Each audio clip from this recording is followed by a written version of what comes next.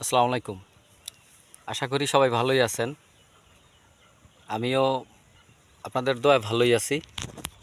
আপনাদের সাথে কিছু কথা শেয়ার করি। এটা হচ্ছে আমার ধানের জমি।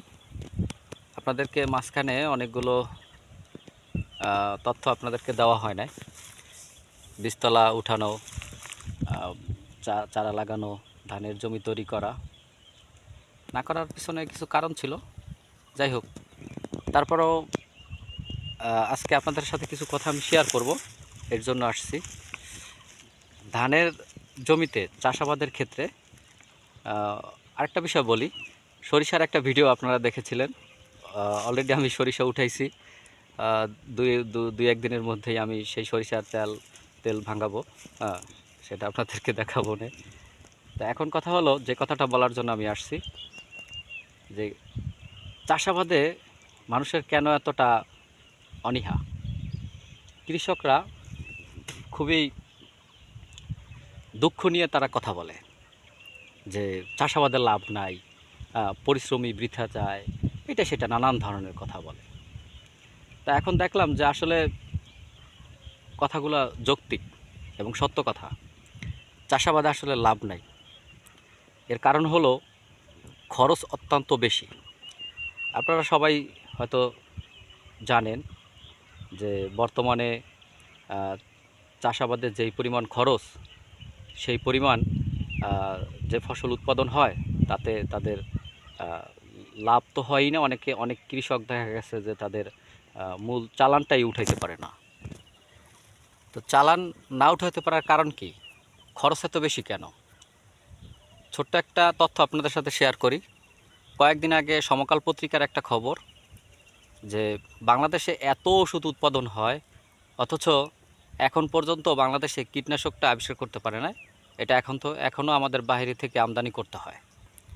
যার জন্য এই ওষুধের দামটাও তুলনামূলক অনেক বেশি। তার থেকেও বেশি হয় আমাদের দুর্নীতি। যেমন ১ লিটার কীটনাশকের জন্য খরচ হয় ১,০০০ সামথিং টাকা।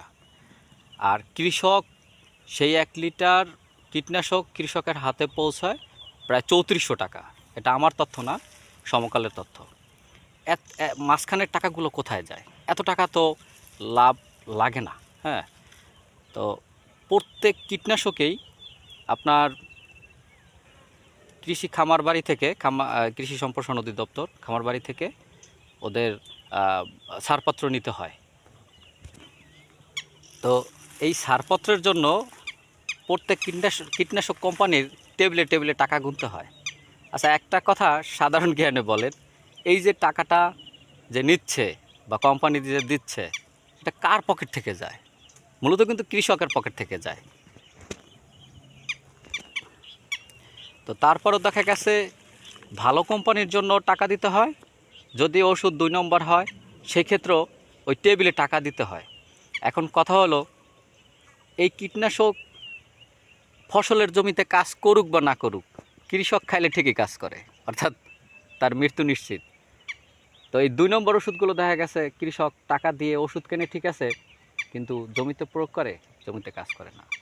এখন যদি ব্যাপারটা এমন হইতো, যদিও সেটা নিয়ম আছে কিন্তু সেই নিয়মের তোয়াক্কা কেউ করে না। যদি এমন হইতো যে ওষুধের গুণগত মান পরীক্ষা করা হইতো, ভালো মানের ওষুধে ছাড়পত্র দেওয়া হইতো, খারাপ মানের ওষুধে ছাড়পত্র দেওয়া হইতো না, কৃষক টাকা বেশি দিয়ে কিনলেও কৃষক লাভবান হইতো।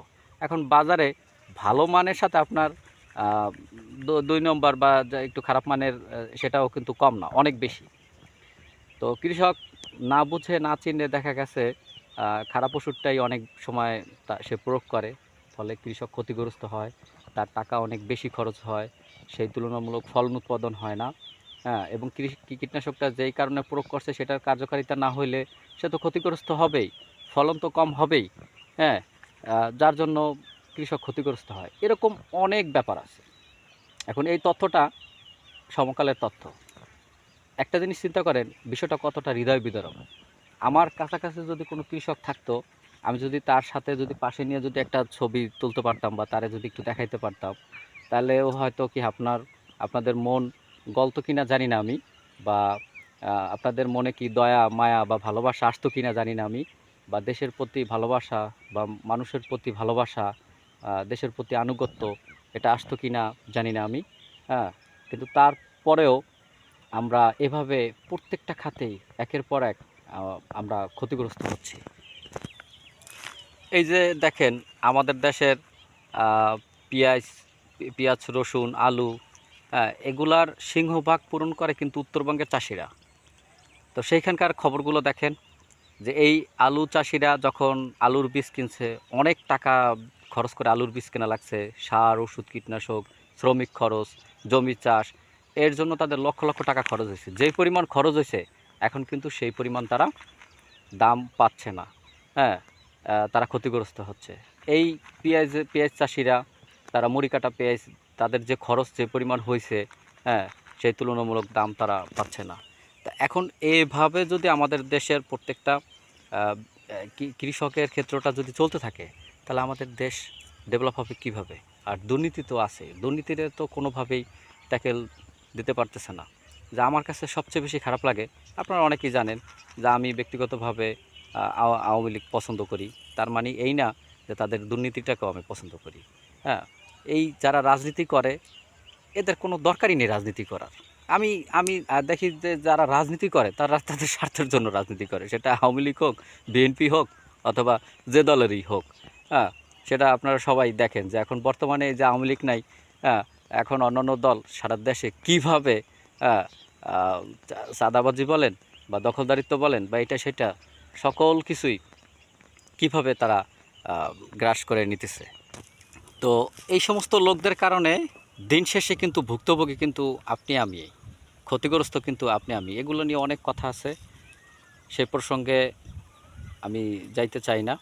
কারণ যে আওয়ামী লীগ বিশ্বাস করে, তার আওয়ামী লীগ পছন্দ করে, তার একটা সাইড আছে। যে জামাত পছন্দ করে, তার একটা স্বার্থ আছে। যে যে বিএনপি দল পছন্দ করে, তার একটা স্বার্থ আছে। তো এই রাজনীতির ক্ষেত্রে আমাকে আপনারা নাস্তিক ধরতে পারে যে আমি কোনো দলে বিশ্বাসী না। হ্যাঁ, আওয়ামী লীগ দেশের জন্য অনেক কাজ করছে, হ্যাঁ, দেশের অনেক ডেভেলপ করছে, কিন্তু দুর্নীতিটাকে তো রোধ করতে পারে না। সেই নেতাকর্মীরা একই রকম দুর্নীতি করছে। ইভেন এখন আওয়ামী লীগ ক্ষমতায় নাই, অন্যান্য দল কেউ ক্ষমতায় নাই, তত্ত্বাবধায়ক বা সরকার আছে, তারাও দেশ ঠিকভাবে সংস্কার করার কথা বলতেছে। কিসের সংস্কার করতেছে? মানুষ এখন আরও হয়রানির বেশি শিকার হচ্ছে, হ্যাঁ, মানুষ এখন আতঙ্কে দিন কাটাচ্ছে। তাহলে সংস্কার হচ্ছে কোথায়? আর সেই চাঁদাবাজি, লুটপাট বা দুর্নীতি, সেগুলো চলতেই আছে। ক্ষতিগ্রস্ত তো এদেশের মানুষ, দেশের মানুষ ভালো নাই। তো সেদিন একটা মেয়ের স্ট্যাটাস দেখলাম, ভাইরাল হলো। একটা মেয়ে স্ট্যাটাস দিছে সারজিত আলম আর হাসনাত আবদুল্লাহকে উদ্দেশ্য করে, মেনশন করেই দেখলাম যে স্ট্যাটাসটা দিল যে বিয়ে করছেন, বউ পরে করেন, আগে দেশ সংস্কার আগে করেন, দেশ ঠিক করেন আগে। তো কথাটা শুনলে হয়তো হাসি পায়, কিন্তু আসলে কথাটার মধ্যে অনেক দুঃখ বা কষ্ট লুকিয়ে আছে। তো যাই হোক, আমরা যে যার স্থান থেকে একটু সচেতন হই। মূল কথা হলো একটু দেশের প্রতি ভালোবাসা, মানুষের প্রতি একটু ভালোবাসা, এটা একটু তৈরি করি। আমার এলাকায়, আমার আশপাশে, আমার প্রতিবেশী, আমার মহল্লার লোক, তাদের সাথে যদি আমার সুসম্পর্ক না থাকে, তাদের সাথে যদি আমার ভালো আন্তরিকতা যদি না থাকে, তাহলে আমি মানুষ হিসাবে কোনো পর্যায়েই পড়ি না। আপনি দল করেন, দল করা মানে কি? আপনার দেশের প্রতি ভালোবাসা থাকতে হবে। এখন দল করা মানে হলো যে দল ক্ষমতায় আছে মানে হলো আমি এখন টাকা ইনকাম করা শুরু করব, চাঁদাবাজি শুরু করব, টেন্ডার দখল করব, এইটা সেইটা। কি রে ভাই? হ্যাঁ, দেশপ্রেমিকের তো কোনো মূল্য এই দেশে নাই। হ্যাঁ, কে কত নেগেটিভ থিঙ্কে আছে তার দলে ভ্যালু তত বেশি। অর্থাৎ মূল কথা হলো ভালো মানুষের গুরুত্ব রাজনীতিতে কম। যার জন্য আমি সরাসরি বলি যে হ্যাঁ, রাজনীতিতে আমি নাস্তিক, আমাকে বলতে পারে। হ্যাঁ, কারণ হচ্ছে যারা রাজনীতি করে এদেরকে আমি পছন্দ করি না। পছন্দ করি না এই জন্য যে তাদের প্রতি তো দেশের প্রতি ভালোবাসা, মানুষের প্রতি ভালোবাসা, এগুলো তো দেখি না। রাজনীতি নিয়ে মানুষের সাথে কেন শত্রুতা তৈরি হবে? আরে ভাই, রাজনীতি করলে তো আমার মানুষের সাথে আরও সম্পর্ক বাড়বে। আমি যদি ভালো কাজ করি তাহলে দল আর বিদল নাই, সবাই আমাকে সম্মান করবে, ভালোবাসবে, যে উনি একজন রাজনীতিবিদ, উনি দেশের জন্য কাজ করে, দেশের মানুষের জন্য কাজ করে। আর আমাদের দেশের ব্যাপারটা হলো টোটালি উল্টা, যে রাজনীতি করে তার এক পক্ষ আর এক পক্ষ তো চরম লেভেলের শত্রু, কে খাবে আর কে খাবে না এই নিয়ে কামড়াকামড়ি। হ্যাঁ রে ভাই, কি জঘন্য লেভেলে আমরা আছি, আমাদের মন মাইন্ড কতটা জঘন্য চিন্তা করা যায় না।